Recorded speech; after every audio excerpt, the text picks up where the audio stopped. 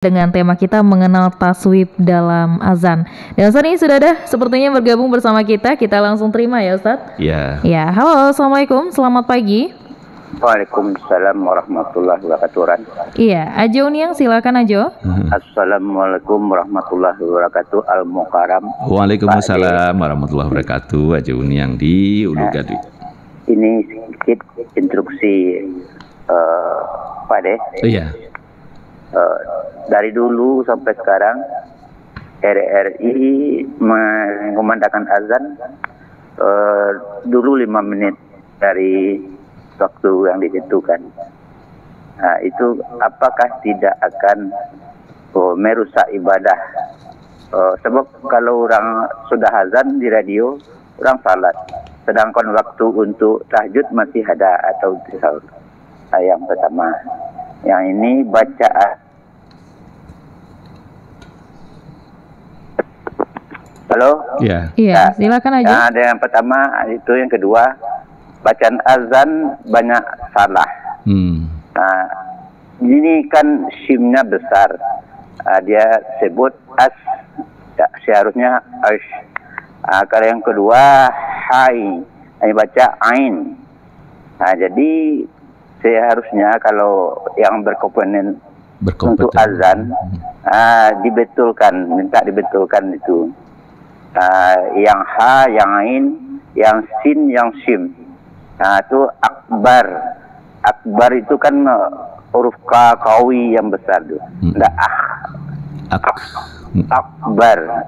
Minta pencerahannya Pak De. Ini mengenai waktu salat, ini kan ibadah. Enggak bisa ditoleran kalau kita salah. Demikian saja Pak De. Ya. Assalamualaikum warahmatullahi wabarakatuh. Waalaikumsalam warahmatullahi wabarakatuh. Silakan Ustaz Firdaus. Ya, ini mantap ya. Azan baru boleh dikumandangkan apabila waktu telah masuk. Khusus subuh, azan yang kedua itu adalah setelah fajar terbit. Nah, hanya saja kan tadi di kota kita, mungkin di desa-desa belum semua musala masjid mengumandangkan azan 2 kali itu. Tapi sunnahnya sebenarnya 2 kali. Bagi jamaah ya, yang pendengar yang sudah berulang kali atau menyaksikan di Mekah dan Madinah itu azan 2 kali pagi hari ya. Kemudian untuk kita di RRI memang ada masalah pertimbangan. Mungkin saya hanya mengajak begini, ada duduk bersama ya, Kementerian Agama, MUI, atau ya yang membidangi masalah ini, ahli ilmu falak juga. Karena di RRI tentu mengikuti instruksi pimpinan gitu ya. Sebenarnya sudah ada diskusi di RRI kita ini, lalu mana yang diikuti. Mungkin ini supaya tidak berlama-lama Rania, mungkin dibawa dalam diskusi lah. Bahwa azan itu kalau sudah dikumandangkan, ya orang salat, mana yang mungkin mau dinas atau apa ya, padahal waktu belum masuk. Bayangkan ya, misalnya maghrib, matahari masih terlihat 1/4 bagiannya, 3/4-nya sudah terbenam. Belum boleh azan maghrib dikumandangkan. Padahal tidak cukup menunggu setengah menit. Belum boleh. Nah, apalagi kalau waktu subuh sampai 5 menit lebih cepat atau 8 menit lebih cepat, sebenarnya waktu belum masuk. Ya, alhamdulillah kalau di Kota Padang bisa jadi rujukan Masjid Raya Sumatera Barat ya, dan sudah banyak.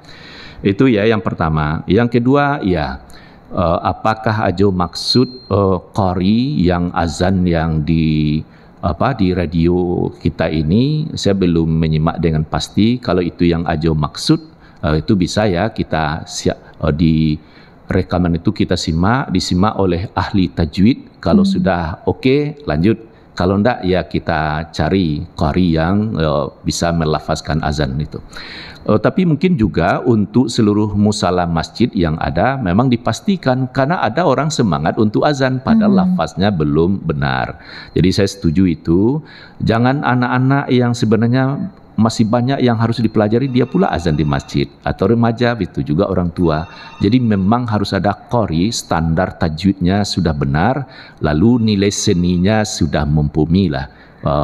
Oke lah ya, jangan nanti orang dengar azan itu jadi tidak enak. Jadi begitu mendengar azan, tenang, bahagia, semangat gitu. Itu kira-kira. Oke, baik. Dan itu tanggapan dari Ustadz Firdaus terkait dengan pertanyaan Ajo Unyang di Kompleks Sunan Gadut. Dan sudah ada penelpon kembali, Ustadz, kita terima kembali. Halo, Assalamualaikum, selamat pagi. Halo, Assalamualaikum. Baik. Dan itu tanggapan dari Ustadz Firdaus terkait dengan... Iya, ini sepertinya delay ya. Iya. Assalamualaikum. Waalaikumsalam warahmatullahi wabarakatuh, Rani. Iya, ini dengan Ustadz Khalidi. Ya. Benar ya, di Batu Sangkar. Iya. Iya, silakan Ustadz Khalidi. Iya, ini saya lagi sedang murojaah nih, Bu ya. Jadi agak saya refleksi sedikit. Assalamualaikum ya. Waalaikumsalam warahmatullahi wabarakatuh. Ini terkait dengan pertanyaan Ajo kita tadi. Itu benar, Bu ya. Iya. Seharusnya kan hayya 'ala shalah gitu. Hayya 'ala shalah gitu kan. Iya. Kalau hayya 'ala shalah itu kan akhirnya hanya besar gitu kan. Nah, orang itu sama aja dengan hayya 'ala shalah dengan hayya 'alal falah gitu. Padahal hayya 'alal falah itu haknya ujung-ujungnya ha gitu. Ha yang disebut ismat gitu, Bu ya. Ismat. Nah itu. Ini yang jadi pertanyaan saya, Bu ya. Mengenai waktu zaman Rasulullah kan Abdullah bin Umi Maktum, mungkin waktu itu belum banyak kendaraan ya. Mungkin bisa beliau ke masjid. Nah, jadi ada orang kayak saya misalnya kan, rumahnya jauh dari masjid, terus jalannya berliku-liku, ada tunggakan, ada pendakian, ada penurunan. Kalau hujan, Masya Allah, bukan main becetnya, Bu ya. Nah, jadi saya juga ingin sekali sholat 5 waktu ke masjid. Jadi kalau ada yang nuntun, ya alhamdulillah kayak kemarin. Kalau ada santri yang datang, bisa lah itu kan. Nah, bagaimana kalau nggak ada yang nuntun ini, Bu ya? Jadi sebenarnya dalam hati pingin juga sih beroleh pahala yang demikian. Itu ya keluhan saya.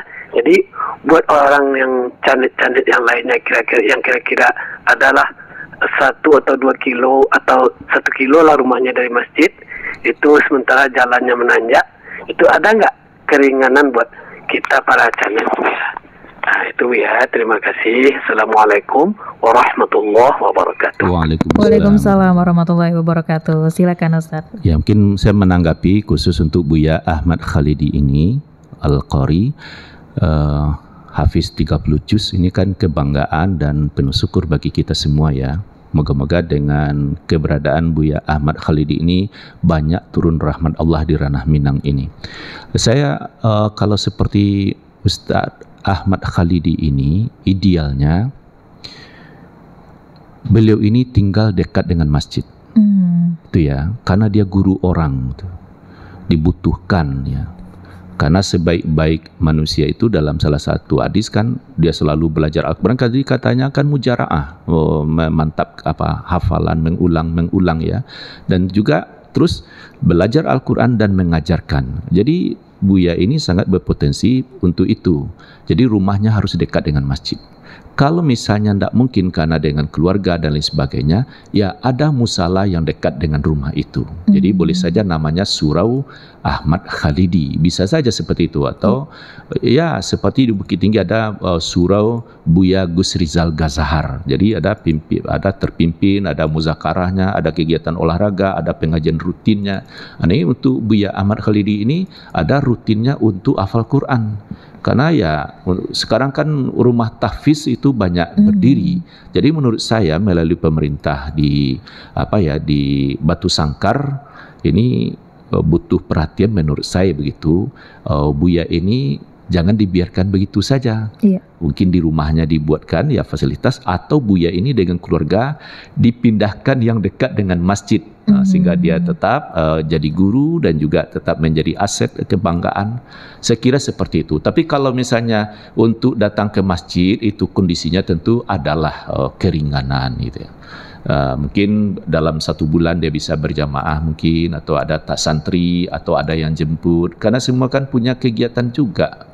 Jadi untuk zaman sekarang menurut saya ini orang sudah punya sangat keistimewaan. Jadi adalah hendaknya surau dekat rumah beliau, atau beliau ini dipindahkan dengan keluarga yang dekat masjid atau surau tertentu. Oke, baik. Itu tadi tanggapan dari Ustadz Firdaus terkait dengan pertanyaan dari Ustadz Ahmad Halidi di Batu Sangkar. Kita terima satu penelpon lagi ya Ustadz. Oh iya. Iya. Halo, assalamualaikum. Selamat pagi. Dengan keluarga yang dekat masjid atau surau tertentu. Assalamualaikum. Itu tadi tanggapan dari Ustadz Firdaus terkait dengan pertanyaan dari Ustadz Ahmad Halidi di Batu Sangkar. Kita terima satu penelpon lagi ya Ustadz. Oh iya. Iya. Halo, assalamualaikum. Iya, sayang sekali terputus. Bisa diulangi kembali pendengar di 812878. Kalau begitu saya bacakan WhatsApp yang sudah masuk saja Ustadz. Oh, baik. Yang oke, kita terima telepon Ustadz. Oh, iya. Kita terima. Halo, assalamualaikum. Selamat pagi. Halo, sayang sekali terputus. Bisa diulangi kembali pendengar di 812878. Kalau begitu saya bacakan WhatsApp yang sudah masuk saja Ustadz. Oh, baik. Yang oke, kita terima telepon Ustadz. Kita terima. Halo, assalamualaikum. Selamat pagi. Halo, sayang sekali terputus. Bisa diulangi kembali pendengar? Iya. Halo, assalamualaikum.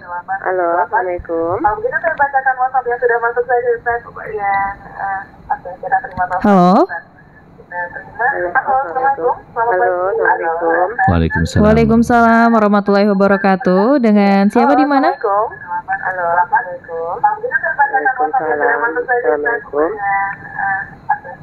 Iya, ini dengan Ibu siapa di mana, Bu? Halo, saya dari Ibu. Waalaikumsalam warahmatullahi wabarakatuh. Dengan siapa di mana?